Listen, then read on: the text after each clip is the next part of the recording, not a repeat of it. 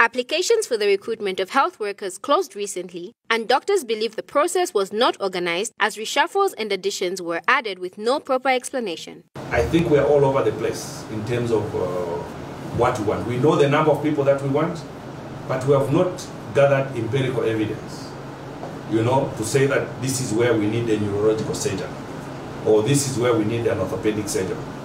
Based on the disease burden and also on the human resource gap that is existing in the particular places. So we've been having meetings with the Minister of Health to discuss this very issue. But what we see is that things just keep changing. No, today we are removing pharmacy technologies, we are putting 10 more, we are doing this, with no proper evidence to guide those decisions that we are making.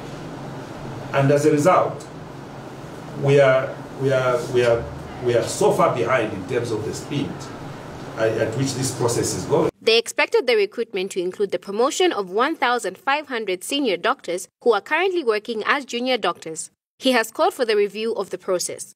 By April 1st, the first people would have already been recruited and they'll be out there providing services.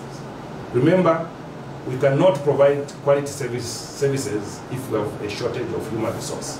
Commenting on the transfer of management at Matera First Level Hospital, he says health workers are now working in fear and scared to report for work as they believe they are being watched closely. That the issues at Matero did not happen yesterday. The issues of sanitation in Matero are because there are two buildings there. There's a new building that was put up, and there's an old building using an old sewer system. Under ZMA, we take exception that our members can be paraded like that.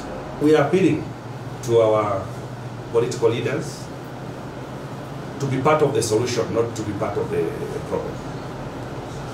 There's room for engagement, and let us engage fully to ensure that we are all aligned.